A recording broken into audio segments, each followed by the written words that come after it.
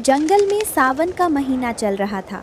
आसमान में काले काले बादल छाए हुए थे और सुबह से ही मूसलाधार बारिश हो रही थी। सभी पक्षी अपने अपने घोंसलों में दुबके हुए थे। तेज हवाओं के कारण रानो चिड़िया का छोटा सा तिनकों का घोंसला कांप रहा था। घोंसले के अंदर भूख से बेहाल दो छोटे बच्चे रो रहे थे। माँ, पेट में बहुत चूहे कूद रहे हैं। कल रात से कुछ नहीं खाया। छी छी। हाँ माँ, बहुत तेज भूख लगी है। देखो ना, बाहर कितनी डरावनी बारिश हो रही है। हमें खाना कब मिलेगा माँ? मेरे प्यारे बच्चों, रो मत। माँ है ना अभी जिंदा। तुम दोनों यहीं घोंसले में एक दूसरे का हाथ पकड़ कर बैठो। मैं अभी तुम्हारे लिए कुछ खाने को लेकर आती हूँ। नहीं माँ, बाहर मत जाओ। इतनी तेज हवा चल रही है, कहीं तुम्हें कुछ हो गया तो हम क्या करेंगे? कुछ नहीं होगा मेरी बच्ची, भगवान पर भरोसा रखो। तुम दोनों बस घोंसले से बाहर मत झांकना। मैं बहुत जल्द वापस आऊँगी। रानो चिड़िया अपने बच्चों को छोड़कर उफनती बारिश में उड़ चली। तेज बूंदें उसके नन्हे पंखों पर तीर की तरह चुभ रही थी। उड़ते उड़ते वो काफ़ी दूर इंसानों की बस्ती में पहुंच गई। वहां उसने देखा कि बाजार में एक ठेले पर लोगों की भारी भीड़ लगी थी। लोग छाता लगाए खड़े थे और गर्मा गर्म धुएं निकलते मोमोज मज़े से खा रहे थे। रानो चिड़िया ठेले के पास एक पेड़ की डाली पर बैठ गई। वाह, ये क्या चीज़ है? इससे कितनी सुंदर खुशबू आ रही है। सफ़ेद सफ़ेद गोल गोल दाने। अगर इसमें से थोड़ा सा भी मेरे बच्चों को मिल जाए तो उनका पेट भर जाएगा। रानो हिम्मत जुटाकर उड़ती हुई सीधे दुकानदार के बर्तन के पास जाकर बैठ गई। दुकानदार मिर्च की चटनी पीस रहा था। ओ इंसान भाई, भगवान के लिए मेरी मदद करो।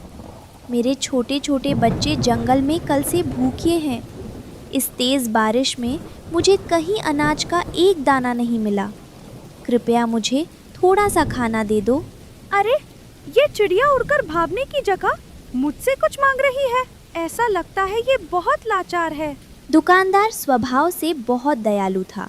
उसने बिना देर किए एक छोटा सा पत्ता लिया, उस पर 4-5 गर्मा गर्म मोमोज रखे और रानो के आगे बढ़ा दिए। ले छोटी चिड़िया, घबरा मत। ये गर्मा गर्म मोमोज ले जा और अपने बच्चों का पेट भर। इंसानों की बस्ती से कोई माँ खाली हाथ नहीं जाएगी। तुम्हारा बहुत बहुत धन्यवाद भाई।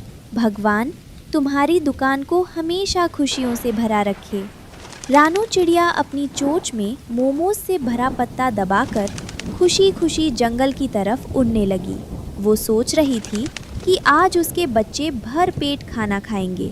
तभी रास्ते में एक सूखे पेड़ के कोटर में उसे एक बूढ़े उल्लू बाबा दिखाई दिए। उल्लू बाबा ठंड से कांप रहे थे और भूख के मारे उनकी आंखें बंद हो रही थी। ओह, कोई है? मुझे थोड़ी सी जान दे दो, कोई खाना दे दो। मैं कई दिनों से भूखा हूँ। आज इस बारिश में मेरे प्राण निकल जाएंगे। रानो चिड़िया ने जैसे ही ये सुना, उसके पैर ठिठक गए।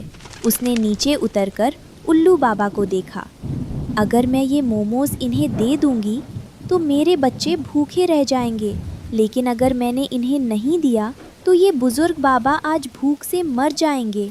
नहीं, माँ ने सिखाया था कि भूखे को खाना खिलाना सबसे बड़ा धर्म है।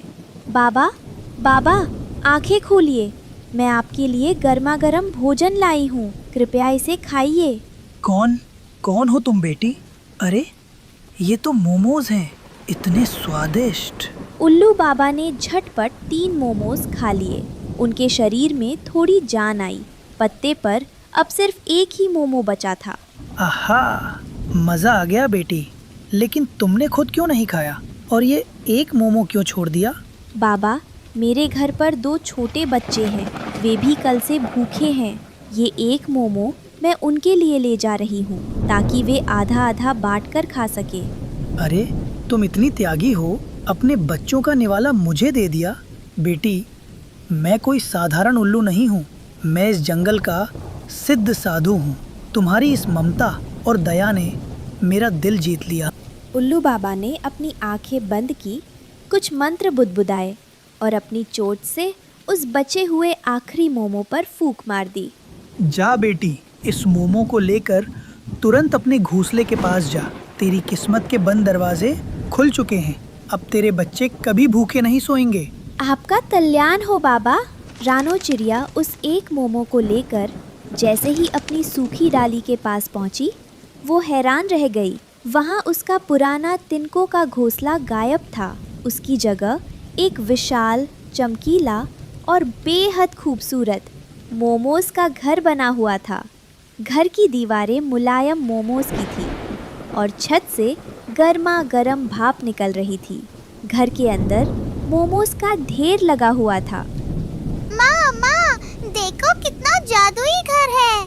ये तो छूने में भी बहुत गरम और स्वादिष्ट है।